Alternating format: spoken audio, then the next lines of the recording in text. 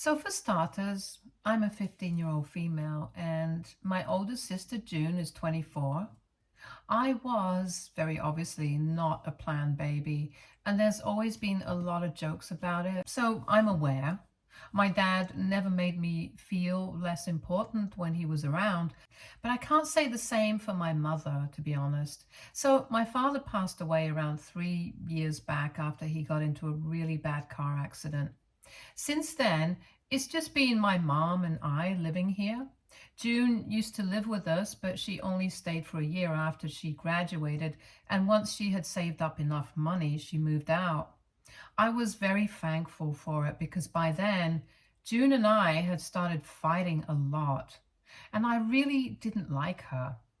She and I had never had a sisterly relationship, and after my father passed away, I started to realize how unfairly my mother treated the two of us, and it used to get on my nerves. So I would fight with my mom, and June would come to her defense, and then we would end up fighting as well. It was mostly about petty stuff, like my mother would always expect me to do most of the chores around the house, while June would just get to sit on the couch and do nothing after she came back home from work. I don't understand how that was fair because I used to come back from school and she had a desk job. I think I used to have to do more physical activity than she did, so it would have been completely fair to split the chores equally between the three of us.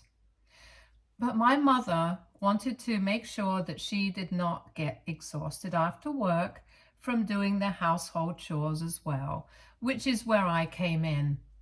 I used to protest against this kind of treatment a lot, which would lead to fights with my mother and then eventually June. There were other things as well that June and I did not agree on, and it also led to a lot of tension between the two of us. And my mother would always take her side whenever we fought. So I was very happy when she left. After she moved out, she would still visit my mother, but I would completely ignore her and she would do the same to me. We were content with that arrangement, and for the past couple of years, we have barely spoken to each other. My mother thinks that I should apologize to June for my behavior in the past and fix things with her, but I don't find it necessary. June has also never showed any regret or expressed an interest in having any sort of relationship with me. So I think both of us are fine with what we have. And then recently, my mother forced me to help her out with some emergency, and that is what has led to so much drama right now. My maternal grandmother passed away almost a year ago, and a couple of months back, I finally received my inheritance. Since my mom's father passed away when I was really little, she received all the money that my grandmother had and the house that they used to live in. She also inherited every other asset that belonged to my grandmother. But the most important one, the family heirloom of sorts, came to me, and my mother was not happy about it. It was the only thing that she left me in the will while June received some of her favorite pieces of jewelry. Both my mother and June were very surprised by this, but I wasn't, since I had always had a good relationship with my grandmother. Of course, it was kind of shocking that she would leave the family heirloom to me, but I was very happy about it. It was a diamond ring with a huge stone, and I kept it safely with me for the few months that I had it. My mother tried to convince me to hand it over to her so she could keep it, but I refused because I wanted it to be with me at all times. However, a couple of weeks back, she forced me to sell it because of some emergency that June had. I was not in agreement with her when she came to me and said that she would need me to sell the ring so we could get some extra money because June had sprained her ankle and she needed a nurse to take care of her since she lives alone in her apartment. I found that ridiculous because I thought June was a working woman, so she could definitely afford to pay for the nurse herself. But apparently her medical insurance does not cover that, and my mom didn't want to lend her money because she herself was planning on buying a new car, so she wanted to save up for that. So the only way out of this was for me to sell the ring that my grandmother had left me and give the money to my mother so she could send it to June. I thought that it was incredibly selfish of her. And we got into a lot of fights over this until she eventually told me that this was not a request.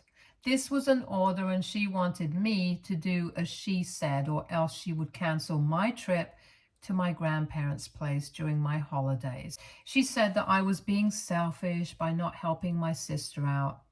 It was bad enough that I hadn't even been to see her when she was in such a state, or even spoken to her properly in the past couple of years. And so I shouldn't make it worse by being selfish, even when she needs the help. I was kind of scared that my mother would really cancel the trip.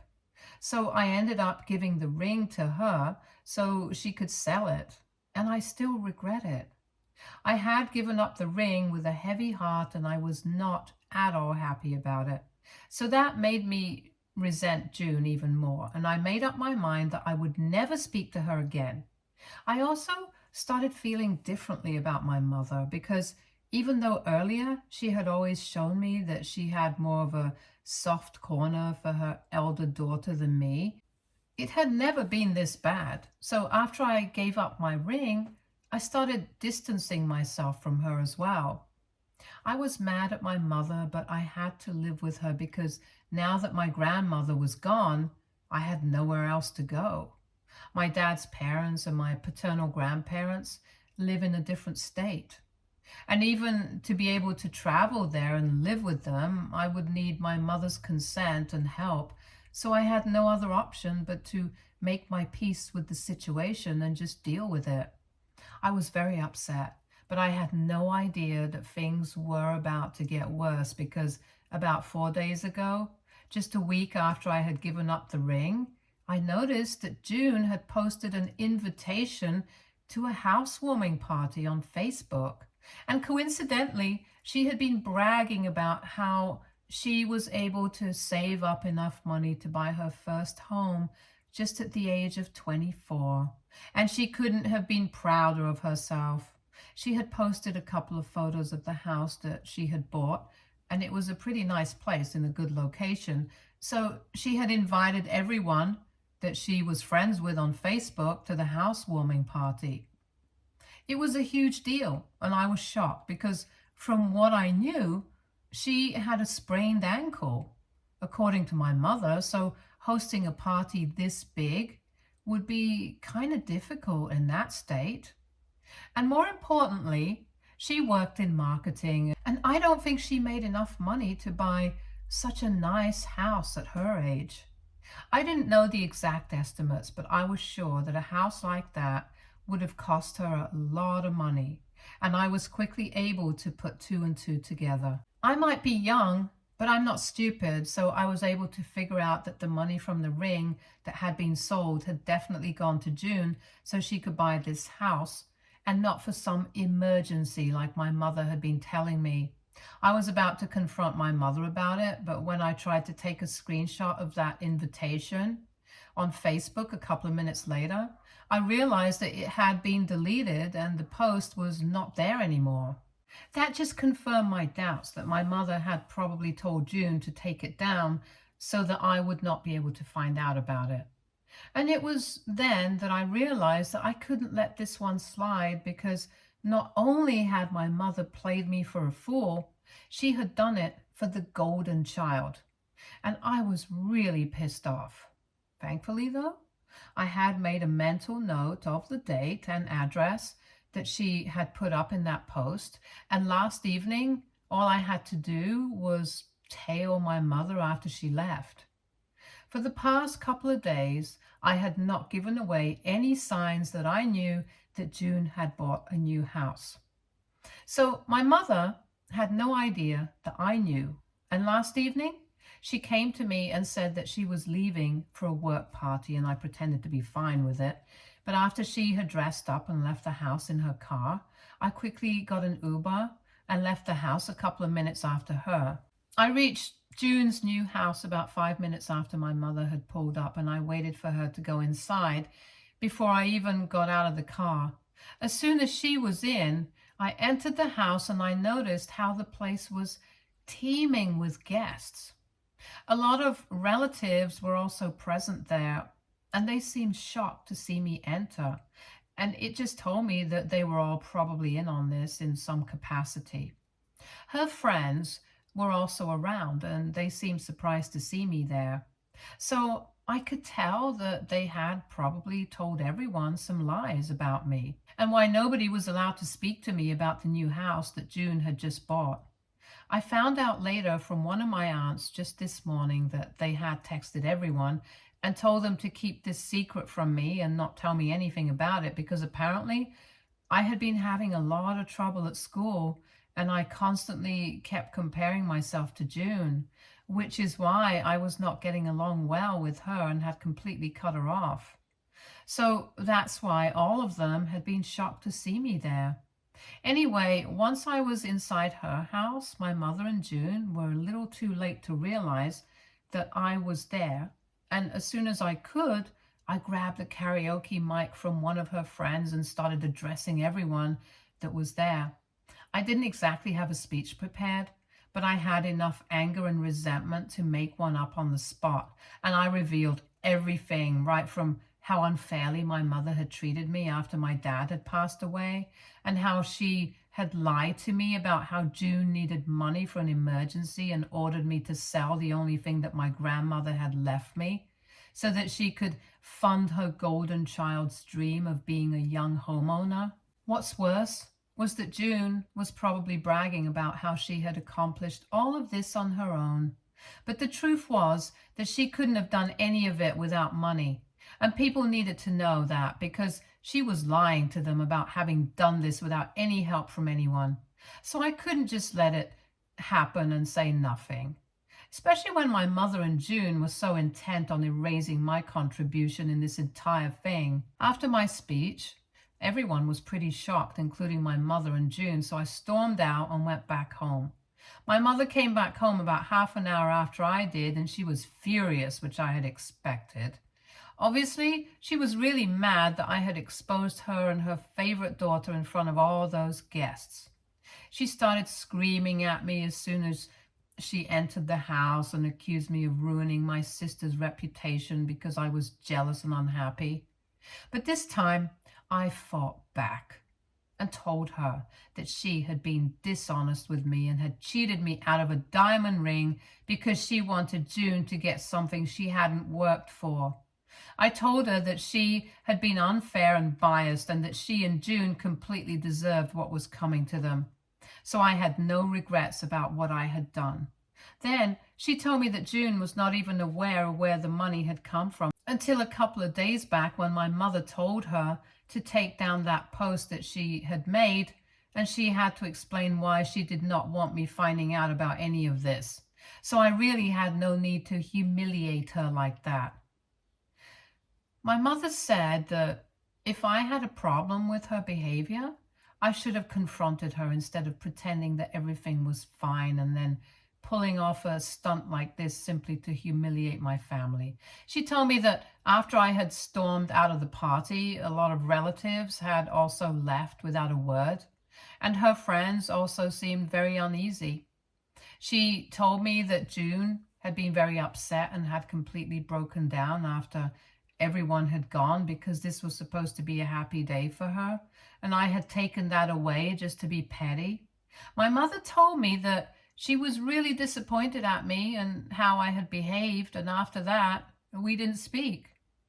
She left for work really early this morning before I had even woken up, and now that I have calmed down, I feel very weird about this situation. I don't know if I should feel guilty or not, but I do, to be honest. AITA for humiliating my mother and my sister at her housewarming party. Update 1. Hey, so a couple of hours have passed since I made my post, and it's almost midnight right now. My mother came back home quite late today, and I'm pretty sure that she was not at work. She probably went to June's place after work. I'm not sure, but I'm guessing that's what happened. Anyway, it doesn't matter in the first place, because ever since she came back home, she hasn't even acknowledged my existence in the house. I had been sitting in the living room when she came back home, specifically because I wanted to speak to her, but she walked right past me. She didn't even look at me and went to her bedroom. I felt kind of bad because even though I was not going to apologize, I just wanted to talk to her and clear things out. But clearly, she was not interested. She has her mind made up about who is in the right here, and I can't change it, very obviously. It's times like this that I end up missing my dad quite a lot. My mother and I used to fight a lot earlier as well, but my dad was always there to calm things down and fix the situation. It would take some time, but he would make sure that we clear the air eventually. He's gone now, though, so I don't see that happening anymore. And on top of that, I'm pretty sure that June must have turned her even more against me than she already had been. It just sucks because I know that I will have to live with my mother until I'm able to move out, and right now that does not seem possible. All my friends are here, I go to school here, and most importantly, I don't even have any money of my own anymore. If I hadn't sold that ring, I probably could have used it and went to visit my grandparents. At least I would have had some sense of clarity after talking to them. But right now, I can only speak to them on the phone. I haven't told them about any of this because, to be honest, I don't even know where to start. And I don't want them to worry about me and then come to pick me up, because I'm pretty sure that if they find out about any of this, they will definitely come to my rescue. And that will lead to even more drama. Trust me, that's the last thing that I need. For now, I just need to lay low and deal with whatever life is throwing at me.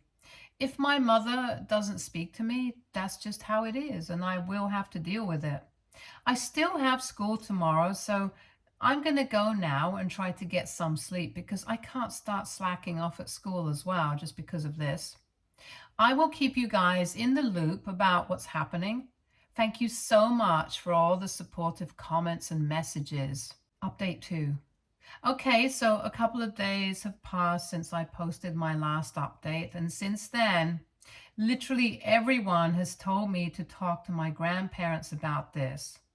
And so I decided that it would be the correct thing to do. After all, the only people who cared about me here were my dad and my maternal grandma, and they're both gone now, and I have pretty much nobody to rely on since my mother is not speaking to me anymore. So after a lot of deliberation, I decided to call my grandparents up and tell them everything. Needless to say, they instantly told me that they were coming over on the next flight and were going to take me with them. It's lucky that my summer holidays start in just a couple of weeks because I'm planning on relocating with them permanently and staying with them after this. I thought about it a lot, and I really don't think that I can fix my relationship with my mother after this point. I have been waiting for her to talk to me or at least acknowledge me, but so far I have received absolutely zero attention from her. She doesn't even care if I've eaten or not, and ever since our fight, I've been living off of processed and canned foods. I don't know where she eats, probably at June's place since she has been coming home late almost every day. It's like I have stopped existing for her, and it's just really sad. So rather than live like this, I would just prefer to move in with my grandparents instead. At least they are willing to have me and won't treat me like a burden just because I took a stand for myself. I haven't told my mother anything about it, and I don't think it's necessary either. I spoke to my grandparents yesterday around the evening, so I'm pretty sure that as soon as they land, they're going to show up here and they will speak to my mother and do the needful. I don't need to put myself through the drama twice by telling her everything in the first place. She hasn't come home yet, and I know that my grandparents have already boarded their flight and will land in about half an hour. So I'm just mentally preparing myself for what is about to come. There is a lot of legal stuff involved as well, so this is not going to be as easy as it seems unless my mother agrees to give up her parental rights over me. And even that will take some time, so I just know that there's going to be a lot of drama involved. But for now, I'm just keeping my fingers crossed, and I hope that everything goes well. Even after all of this system, I still have to relocate to a new place. start going to a new school, make new friends. I'll have to start from scratch once again, and it's a daunting task. But I don't have any other option. Update 3. Hi, so I just wanted to say some things. I know that a lot of people have had some questions about why I didn't just approach a lawyer when my mother was telling me to sell the diamond ring. And I have just one question for them. How? With what money? Most importantly, at the time, I was really scared that my mother would cancel my trip. Of course, right now it's irrelevant, but at the time I was scared. I think people are forgetting that I'm just 15, and a lot of things simply didn't even occur to me back then because I have a very different way of thinking. So yeah, I don't even have the number of the lawyer who was the executor of my grandmother's will. The only person who had that contact info was my mother, and I don't think she would appreciate me asking her to get in touch with him just so I could screw her over. Besides, I also wanted my mother to stop bothering me, which is why I gave the ring up. If I had known the truth, I never would have done that. And I think I've already spoken about it. Anyway, I just wanted to answer the questions that people had, and now it's back to waiting for my grandparents to land. Update 4. Hey, my grandparents finally landed about 3 hours ago, and they came straight to my place after that. Our house is pretty close to the airport, so it only took them 20 minutes.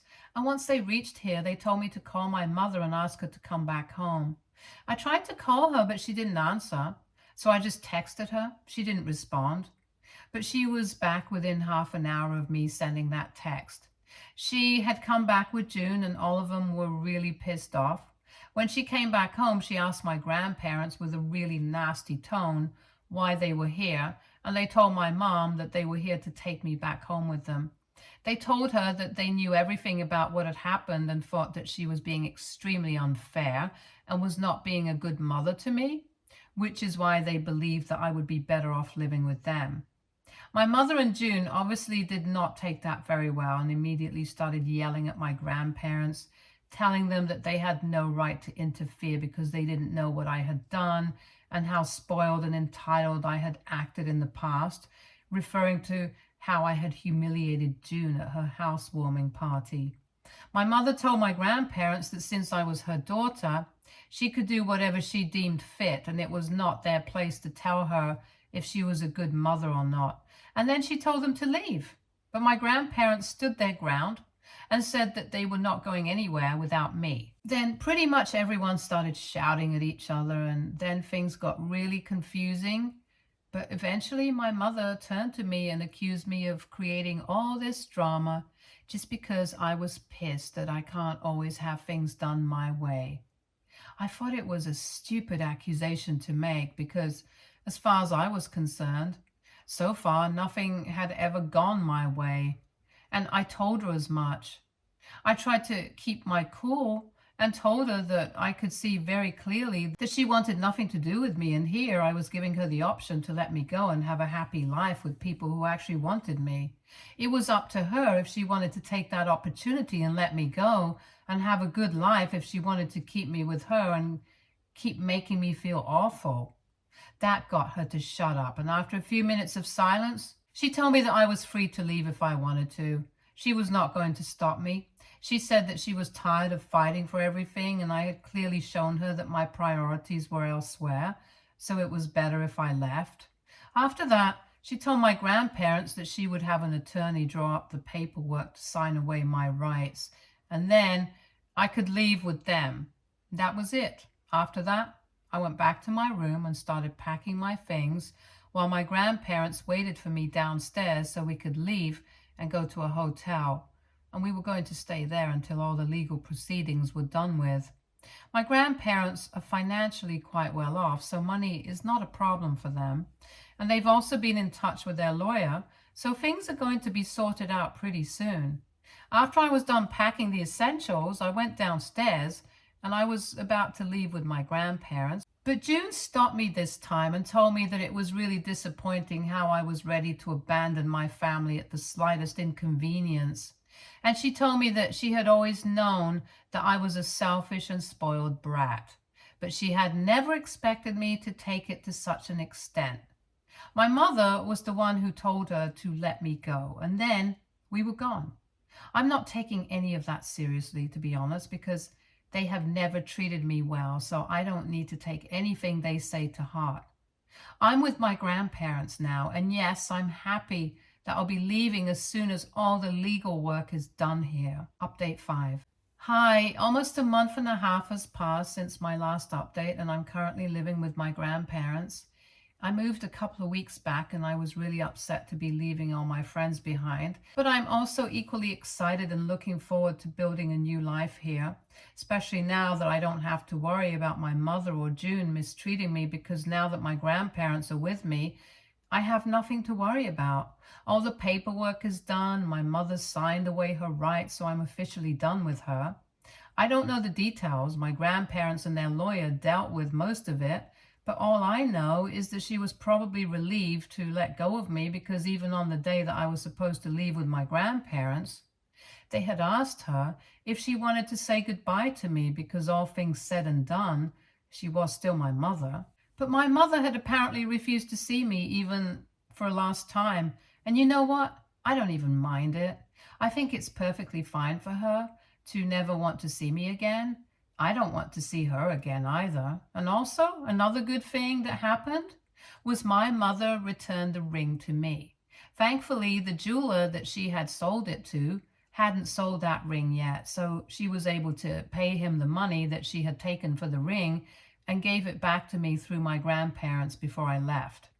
Now, we have nothing left to talk about, so I blocked her and June on all platforms, and I have also maintained a safe distance from all my relatives back home. They haven't done anything wrong, but I just need some space from that part of my life, because I'm really looking forward to a fresh start. And in order to have that, I have to let my past stay in the past. My grandparents are really happy to have me around. And it's a nice change of pace from the way I used to be treated by my mother back home. This is the first time that I'm getting to experience what being part of a happy family really feels like after my father's death. And I'm sure that he's still looking out for me. They have also already started the procedure to enroll me in the nearest private school, and I'm quite looking forward to that experience, because so far I went to public school and that was quite different. It's going to be hard to adjust everything right in the middle of term, but I'm going to make it work. After all, I'm happy after a really long time, and I don't want that feeling to go away. Stay tuned for more stories from Argo Relationships.